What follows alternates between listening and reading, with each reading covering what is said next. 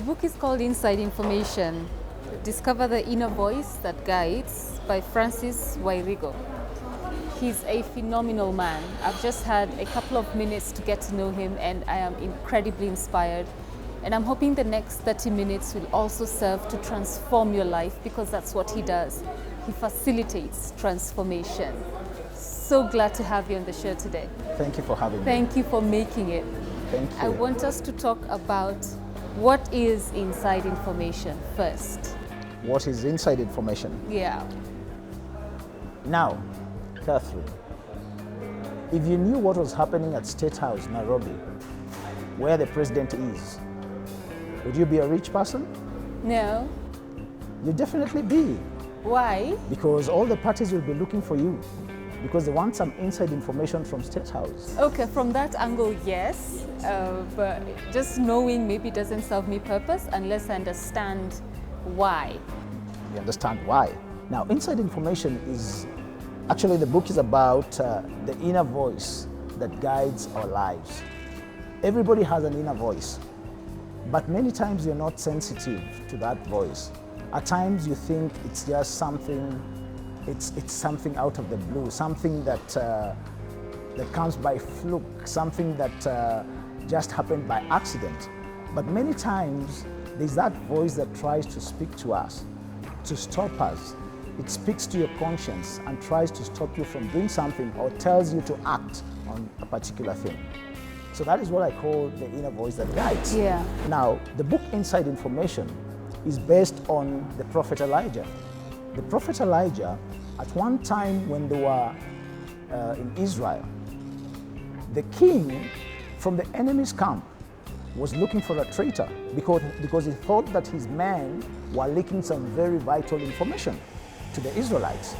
But what was happening is that where they were, the prophet Elisha could tell or could get this inside information even from the king's own bedroom.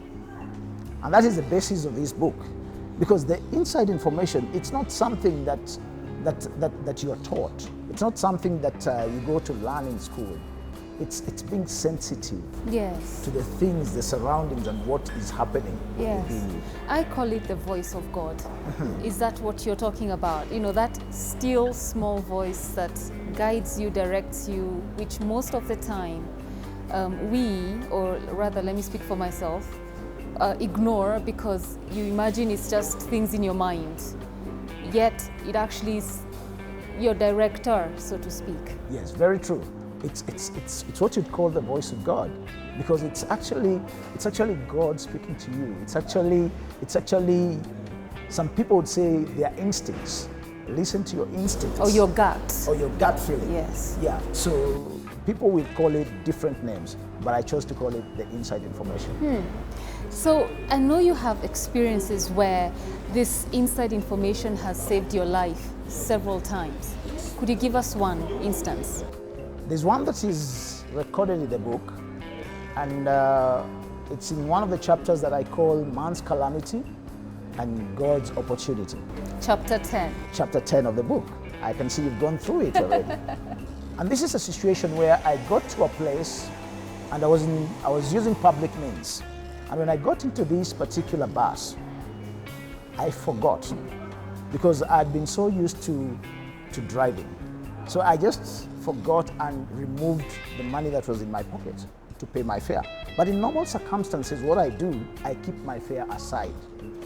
So that particular day, I removed some good amount of money and removed my fare and put the money back. And then I noticed that in that bus, there were people, about 6 of them, who started to communicate amongst themselves. I could hear what they were saying, but they were speaking in coded language. Yet you could hear it. I could hear what they were saying, but I could not understand what they were telling each other. And so what happened is, as we went to the estate where I live, we found this crowd on the road. There was a man lying on the road. He had been crushed by a vehicle. When everybody was looking out of the window, I relaxed. And then suddenly, I shot for the door and I stepped out of the vehicle.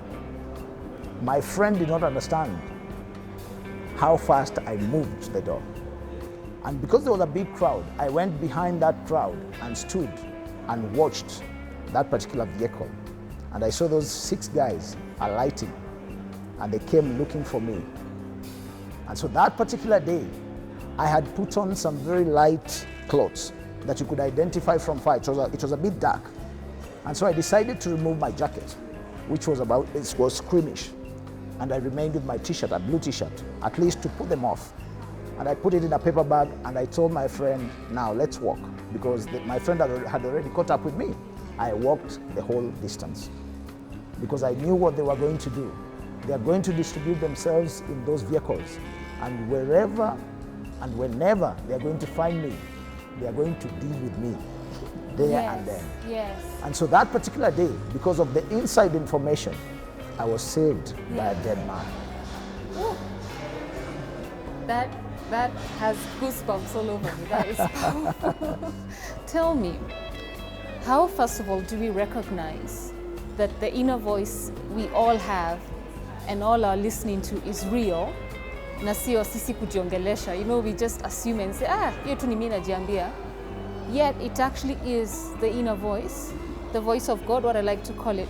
How do we recognize that? Is there any criteria for it? Okay, one of the things that you need to do now, like you're calling it, it's the voice of God.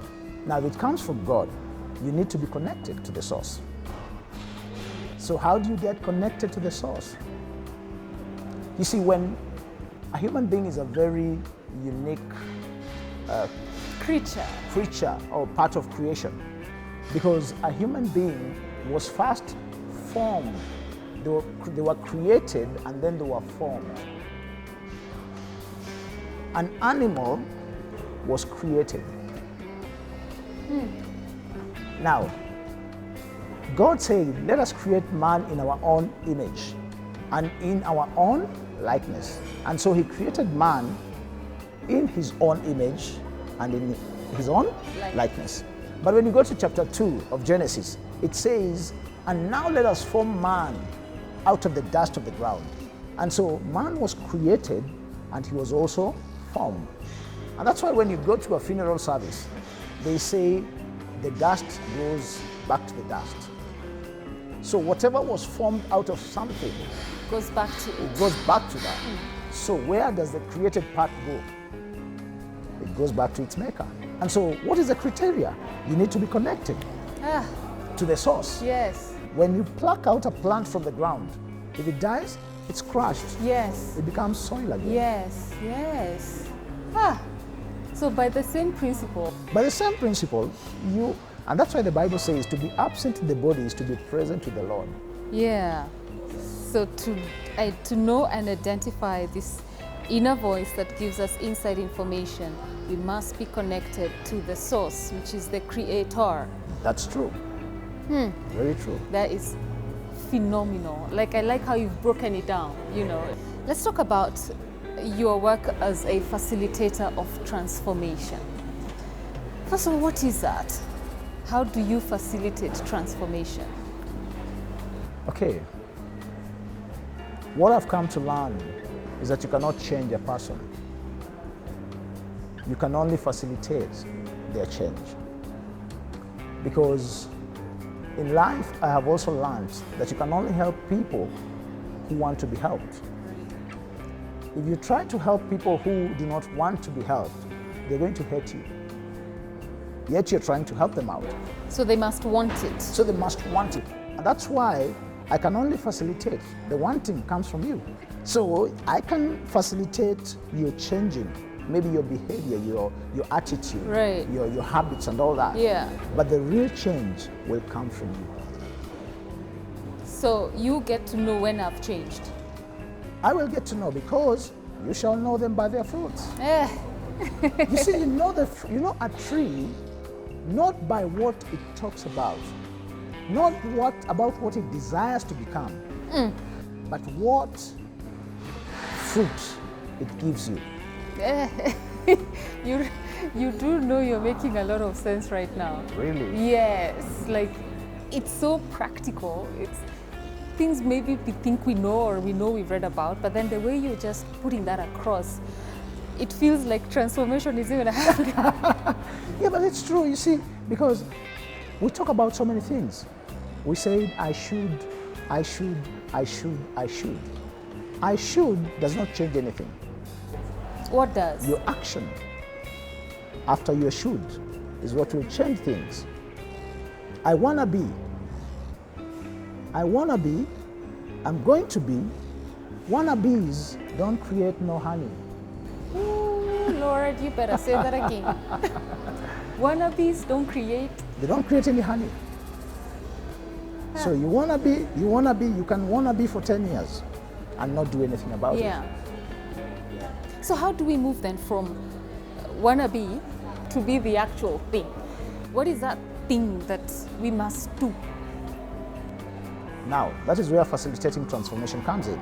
My organization, Almond Skills, we have a basis in the Bible. I tell people when I go and do my talks, I tell them we are not a Christian organization, but we have a basis in the Bible. And the basis is in Jeremiah chapter 1 and verse 11, and it is also in Numbers chapter 17. Now, in Numbers chapter 17, it paints a picture that is very interesting because there was contention in Israel about who is the leader, who has been chosen from Aaron the priest and the other priests from the 12 tribes or the 11 tribes, so to speak. And God said to Moses, call those elders. I want to put an end to this contention. And so tell them to bring their staff, their walking sticks, and put those walking sticks in the tent of meeting. And Moses did as he had been instructed. And God said to Moses, the person whose stick will have budded in the morning, then that is the person that I have chosen. And so in the morning, Moses walks into the temple and he finds Aaron's stick had budded, had blossomed, had borne almond fruits. That's a process of growth. The budding, the blossoming, and bearing fruit. That's a process of facilitation. And that means for you to get anything from the almond fruit, you need to be squeezed a bit. Let's talk about that. What does that mean? Every one of us has been given inner resources by God. But many times we do not identify our purpose in life. And the Bible talks about purpose in this way, and this is in Proverbs chapter 20 and verse 5. It says that the purpose in man's heart is like deep water. You see, to get into deep water is a difficult thing. But the purpose of man's heart, in a man's heart, is like deep water, and a man of understanding will draw it out. Now, who is this man of understanding? You can get a coach, you can get a mentor. It could be a parent, it could be a teacher, it could be yourself. You can draw from the deep water, if at all you have understanding. I like what you said earlier to me, before we started this conversation about if it's not drawn out, it becomes toxic. Talk about that. Yeah, I was talking about the almond fruit. We have sweet almonds and we have bitter almonds. Now the sweet almond, you get a lot of benefit from it. You can get oil from it, cooking oil, edible oil. You can get lotion. Yes. You can get medicine. Yes. You can get stuff that you can Sweets manage. and chocolate. Yeah, you can manage cholesterol, heart disease using the almond fruit. But this is the sweet almond. But on the other side, we have the bitter almond, which is toxic because it has cyanide.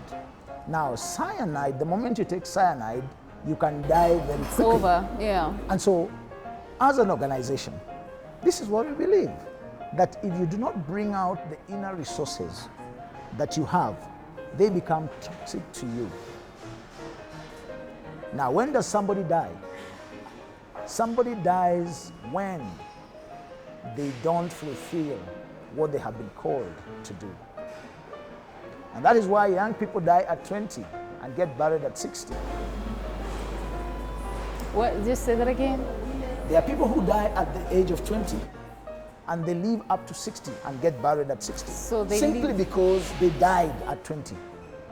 They lost direction. They did not use their inner resources. It became toxic to them. The struggle now with anybody, I think, anywhere in the world, is wanting to find out, what am I here for? What was I created to do? And you find people touch on so many things, but they still don't know inner satisfaction as to what I'm supposed to be doing.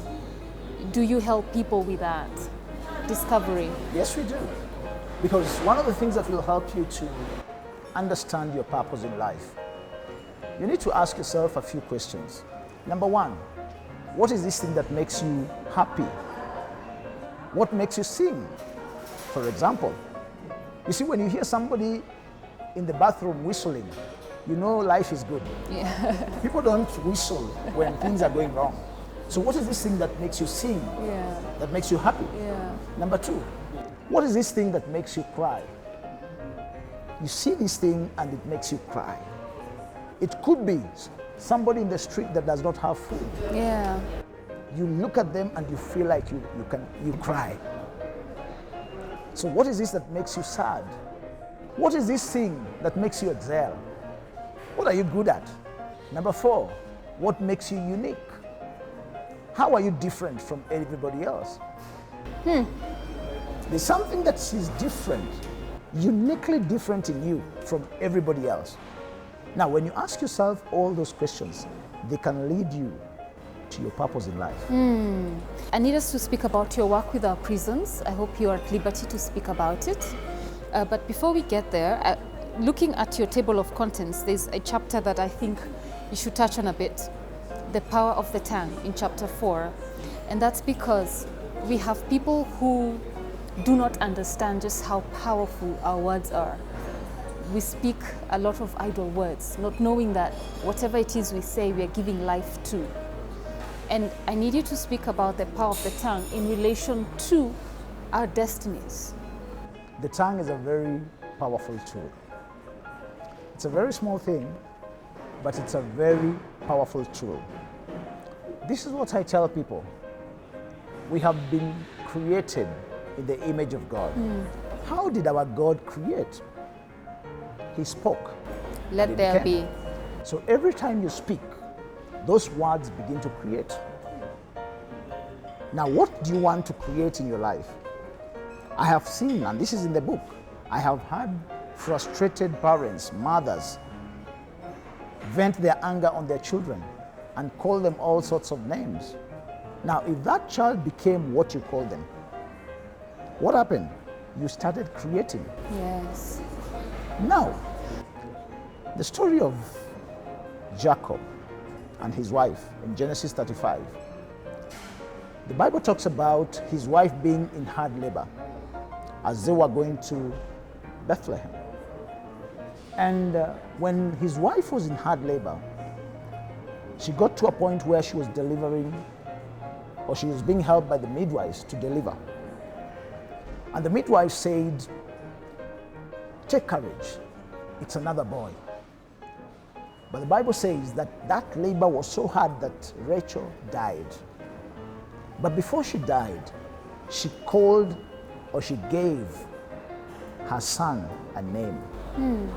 And she called her son Benoni, which means the son of my sorrows, my pain, my problems. But was that sorrow connected to the father? Oh no. And when the father had that, he had a lot of sense and a lot of revelation. He said, "He shall not be called Benoni, he shall be called Benjamin, the son of my right hand." Now, do you know what? Most of the kings of Israel came from the tribe of Benjamin, because a man understood the power of what he said. In life, many people are going to despise you. They might say negative things against you. But the beauty is this: you don't have to take what they have told you as your truth. Somebody else's opinion does not have to be your truth. Now, the worst tragedy is when you begin to despise yourself after people have despised you. What is this self-talk? I'm able. I can do it. It doesn't matter who says what. I make that statement every day. Yes. It doesn't matter who says what. Yes. This is phenomenal.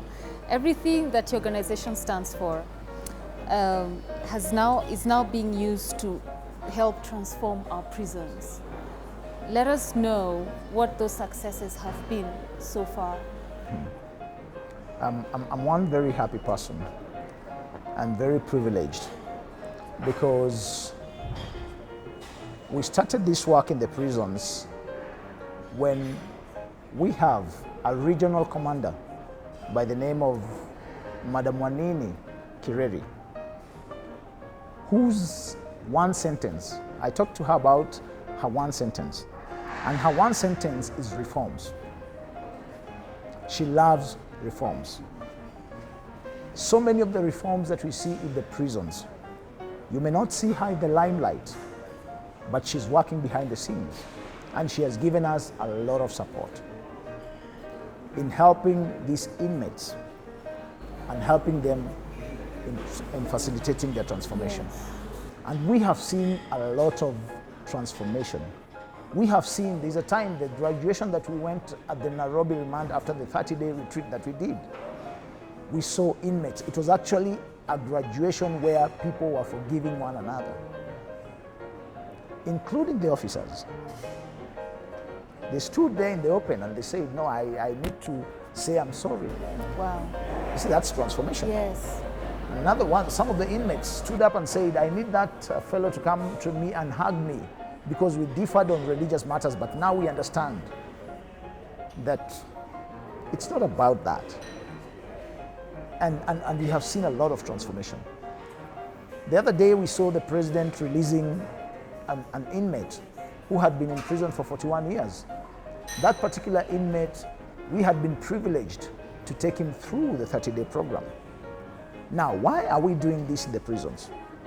Because we saw a need whereby people are released from the prisons and they become repeat offenders, committing the same crimes and going back to prison. Now, there are reasons, so many reasons behind that. And a few of them are, at times, society does not accept them back. So we're also coming up with a program of reintegration, reintegrating people back into the society. And how is that going to happen? It's going to happen well before that person is released, where we go to their home and talk to the people who are offended, the people who are wronged, and see if they are going to receive this person. Amen to that. Now, this book is not sold in any bookstore in Kenya. And you have reasons for that. Yes. Quickly share that as we wind up. Okay, I have not given any of our bookshops this particular book. Not because I do not believe it can sell. Oh, this is a hot cake. But because I really need to connect with my readers.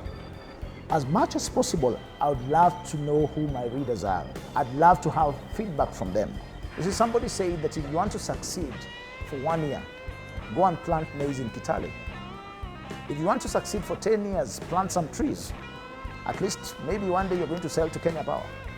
Wow. But if you want to succeed for a lifetime, invest in people. Powerful. And I'd like to encourage people Yes. to read. It has been said that Kenyans don't read. I would love to encourage them to read. Charlie Tremendous Jones made a statement, a very powerful statement. And he said this: you're going to be the same person 5 years from today, except from the books you read and the people that you meet. So should anyone want to get a copy of this book, I want you to look into this camera and let them know how they can find it. All right, if you want to get this book, this is a life-transforming book. The inside information, discover the inner voice that guides. You can get in touch with me through my phone number, but you can also get in touch with me at Almond Skills Consultants. Almond Skills Consultants at mail.com. Almond Skills Consultants francis@mail.com. You can also get me through 0733 94 0076. But there's also another number, 0725 777 000. Awesome. And you carried a copy for our viewers, a free copy. Yes, that's for our viewers. This particular one is your free copy. Francis has talked about 3 steps that his organization, or the 3 steps that he puts into place in the process of facilitating your transformation. They all start with the letter B. I'm so tempted to say it, but I will not. If you can't remember, then you'll have to catch this interview on our YouTube channel, ktnkenya.tv/life and style. But he said 3 things that, facilitate your transformation. If you let us know what those are through our social media platforms, then you get to be the lucky winner of this gem. You need it. I know I do. I hope you have a copy for me. Definitely. Oh my goodness. Definitely. This has been phenomenal. But Francis, your last words, in as far as what they want to talk about transformation. I know you've already exhorted, people to read books. There's one thing that I love telling people, and this is something that happened years ago. It's about your one sentence. We were not created to do too many things.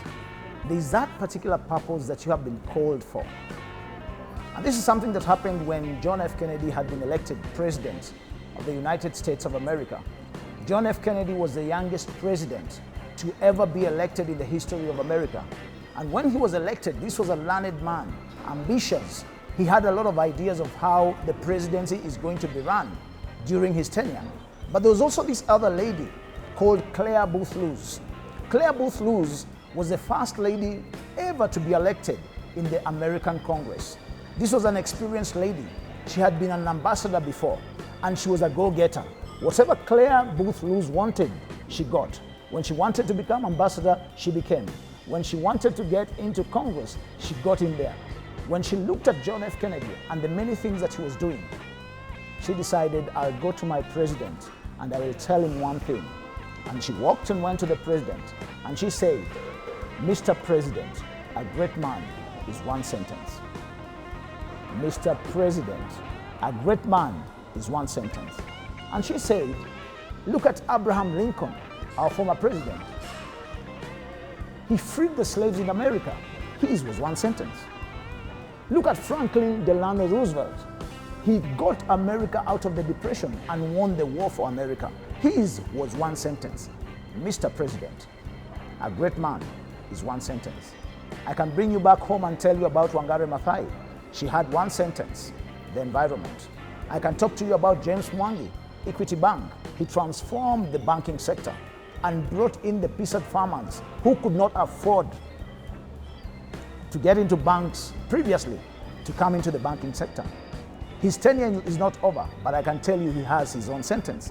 My question to you, what is your one sentence? The moment you find and discover your one sentence, then everything else doesn't matter, because you would have walked into your purpose. And the greatness of a man is when they begin to walk into the purpose that they were called for. Thank you so much. Thank you. That's all I can say. This has been deeply, deeply inspirational. Thank you for gracing our books and blogs this week. Well, our one sentence is Inspiration Thursday. Our guest, Francis Wairisho, has been amazing and phenomenal. There's a book that you need to have. So if you want to win this book, again, the 3 steps that he implements when facilitating your transformation. Let us know what that is. For now, don't go too far. Restaurant of the Week is coming up next.